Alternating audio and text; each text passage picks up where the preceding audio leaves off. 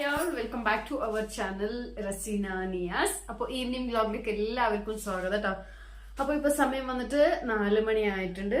അപ്പോൾ ഇന്നത്തെ evening snacks preparation ആണ് കേട്ടോ.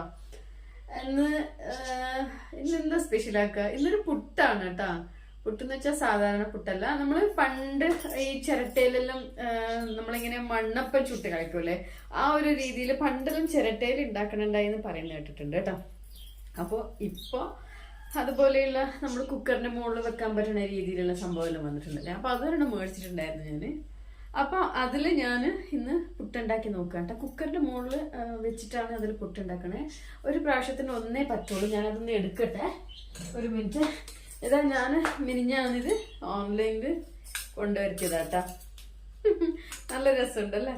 നമ്മൾ ഈ ഒരു ചിരട്ടപ്പുട്ട് മണ്ണില് കുറേ സമയം നമ്മള് അങ്ങനെ കളിച്ചിട്ടില്ല ചിരട്ടപ്പുട്ട് ഉണ്ടാക്കിയിട്ട്.